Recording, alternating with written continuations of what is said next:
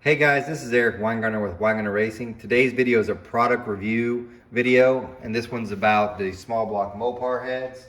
And I know you're thinking I'm a I'm a Chevy guy, I'm an LS guy, big block Chevy Ford guy, but I don't really care about the Mopar guys. Well, the Mopar guys do need a little bit of love because you got to think of it from their standpoint. Mopar guys are diehards. So if they're racing Mopars, it's not because it's the cheapest option, and it's probably not because it makes the most power option. It's because this is what they like and this is what they want to do. Because I can guarantee most of the Mopar guys throughout their life have been hearing, you could go faster if you switch to this engine family. You'd save money if you went to this engine family, but they stay. So they do have a pretty good following. So that's why this is also here. First off, I am a trick flow dealer, so here's kind of the story from it. A customer called me up and said, hey, can you order a set of these heads for me? And I said, yeah, I can order them. So I ordered them in. They were supposed to be in November, and they actually came in within 2 weeks, which is, right now at this point, is phenomenally weird. But they came in 2 weeks. And he said, hey, can you flow the head, though? And I said, man, I hate to bum you out, but I don't have the flow plate to flow this head. For those who don't know, the flow bench can flow any head, but you have to have a special plate for each head. And what that plate does, it lines up the dowels to the location for the cylinders, so the head actually sits exactly like it would on an engine, on the flow bench. I didn't have one. Now, if you go back in the past, and you'll see me flowing a small block Mopar Pro Comp head, that one was sent in by a guy named Brian. And he sent in the actual flow plate so I could flow it on my bench. So I was like, you know what, let me see if I can't contact him. And his company is Horsepower Dynamics. And he specializes in Mopar stuff. So I contacted him. I was like, hey man, would you mind sending that plate out? I really would like to flow this for a customer. He said, no problem, got here in a couple of days. So because of that, his kindness, I'm able to flow this head. And I might be saying, why don't you just buy one yourself?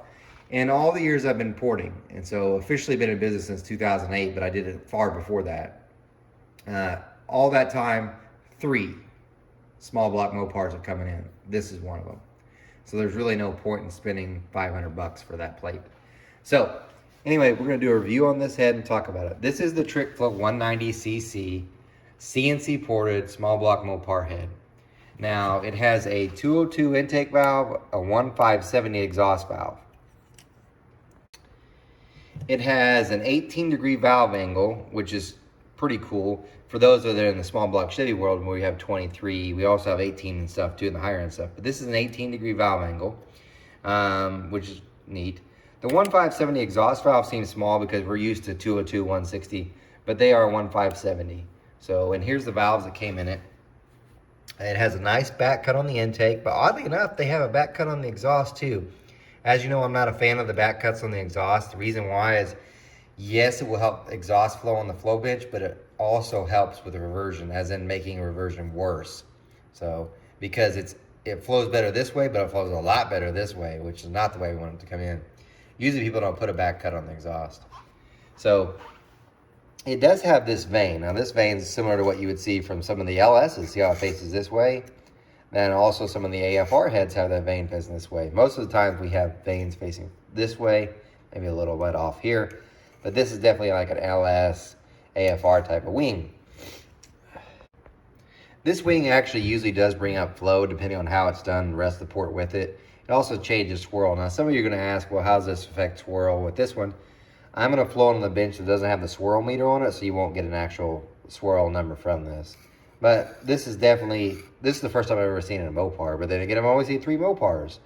It's, to me, and this is my opinion, usually it's like an air manipulation deal that helps out the flow numbers, but I don't know that it makes more power.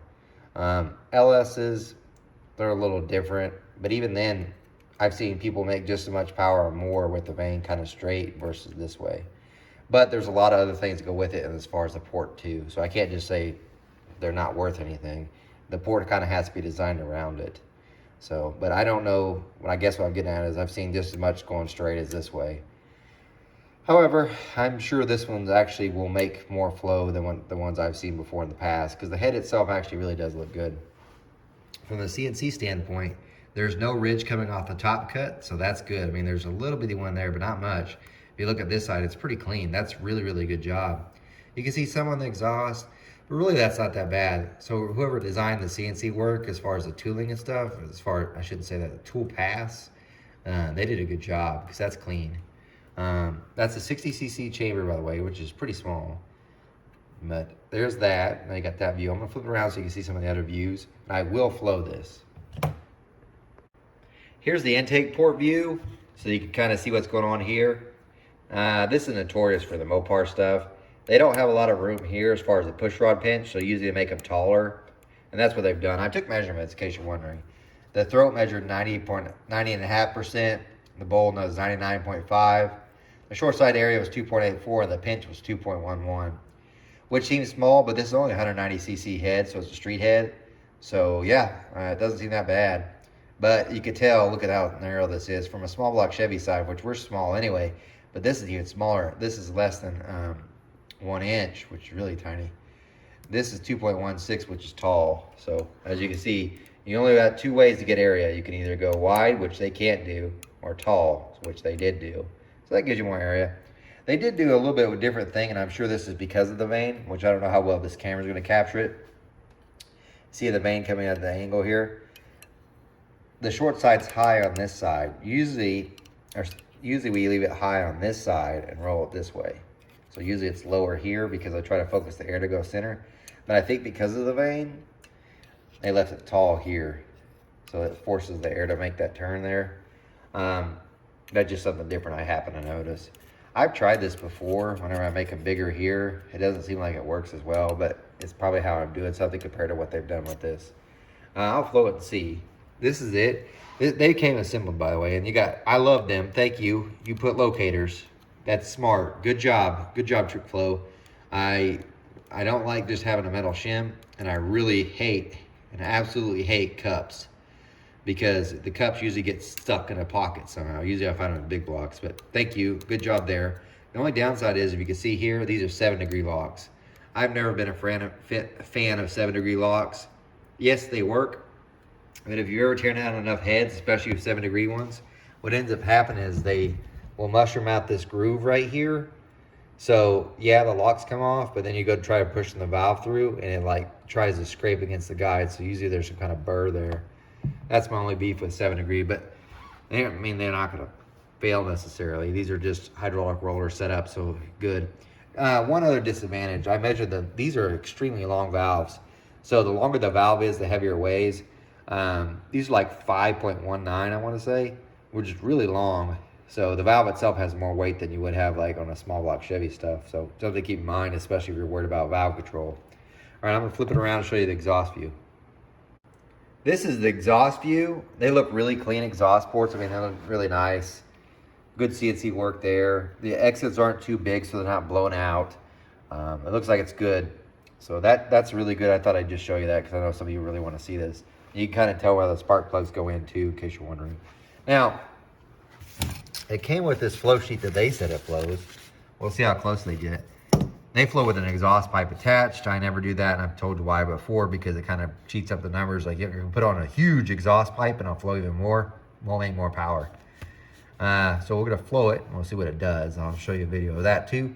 We'll see how close it gets to these, but there's the head. Let's put it on the flow bench, see what it does. Okay, here's that head all on the flow bench. I'm gonna show you. This is the plate that the guy supplied, which you can barely see here. This is a 4030 bore. Now I had the bore sleeve. So that's a 4030 bore. It does have a head gasket in between. He supplied this also, the radius entry we're using here. That's what it was flowed with. It's a nice entry. Except for the corners, I had to put a little monoclay because, as you can tell, there's a little bit more rounded here. It does have a spark plug in. I used one with a projected tip. Didn't use a exhaust pipe at all. And here are the numbers for those who want to see them. And I'll show the raw numbers in just a second. Here is the graph of it, so you can kind of see. These are the raw numbers, but I have them printed out so you can see. But there's the raw numbers. I mean, the graph. You can see it kind of lays over after 600. It does cross 300 CFM though, but it doesn't tell the whole story. Let me show you the raw numbers so you can get a better idea. Here are the raw numbers, so you can kind of get a better idea what's going on. And the ones I care most about are the 4, the 6, and 1, because it tells me the stability. I know several people say, I don't run a 1-inch valve lift. Why do I care what goes there? It tells you how stable the port is. The 400 number, because that's really the one you're crossing the most with your cam, it says 238. That's okay. That's fair. However, the 600 number, 305, that's really, really good. That's a good number there. Peak, as you can tell, it dropped off. So you tell it it's not as stable, but in all fairness, this is supposed to be that way. It's a small port, so typically they kind of fall off like this. But a 600 number being 305, that's really, really stout. And it's about 300 at 7. That's low. These here are kind of low. Let's compare them to what they actually claimed. So in general, by the way, trip flow numbers are a little bit higher, like what they claim, and that's pretty much most manufacturers. But this one's actually relatively close, except for low lift. If you look 66 to a 68, so we're really close. Now I should point out, they float on a 4-inch bore, I float on a 430, so this actually should flow a little bit better. 134 to 124. So you can see it's 10 CFM down there. 200 to a 187, that's 13 CFM down. It says 248, 238, that's 10 CFM down. Now 500, things starts kind of changing. Well, nope, still down. 281 to a 278. However, at 600, 305 to a 293. So it is better. It actually flows better than claimed at 600. At 7301 to a 300, that's margin of error. The exhaust you can kind of ignore, because remember they flow with the exhaust pipe. This is without an exhaust pipe, which it's fair exhaust flow for the size that it is. It's fair. I mean, you look 180 at 4. That's a really good number. These low lift numbers being so good is probably because they put a back cut on the valve. I wouldn't have done that. It would have killed like probably 5 CFM there, about the same here. No gain really here, but maybe a few. However, like I said, having that back cut, it's not really good for reversion. So you can't compare these to that, because remember they're with the pipe, but overall pretty good. So if we look at the numbers themselves and everything I've shown you as far as the measurements and stuff, it's a really good head. Now, you might say, well, how expensive is it? Because, I mean, it's Mopar, so Mopar money is kind of high. I want to say, because remember I sold them the heads, I think all said and done is about $2,000 for the pair. And that might seem high, and it is an expensive head. Remember, this is fully CNC ported. So if we compare it to a small block Chevy, the reason why I keep comparing to a small block Chevy, because like it or not, most of the aftermarket world, as far as price and performance, is compared to a small block Chevy. You can get, say, an AFR 195 CNC ported head for about the same, maybe, well, about $1,900, maybe $100 cheaper. So, in all fairness, Mopars are usually more expensive, but this really isn't that much more expensive than if you went with the small block Chevy versions of stuff. So, yeah, I don't think you got ripped off with this head. It's a really good head. It moves quite a bit of air, and it really wasn't that expensive. Now, according to this, and I'm not a huge Mopar guy, so I'm sure someone's going to beat me up on it. Well, we got this bolt that equals this thing. I don't know. I don't build Mopars. But the only thing it looked like it had two things required that were special, and that was these two head bolts, which that's a big deal. If you're building an aftermarket, I mean, if you're building an engine, you put aftermarket heads on it, you're going to need head bolts. It doesn't matter. The other one looks like shaft system, with the special required shaft system. So that might be an extra cost, so you probably can't use what you have. But the other ones are just recommended. So really it looks like only this shaft system that you have to get. So, good head. There's your review. Hope you guys like it, and take care. Remember, I'm no Superman.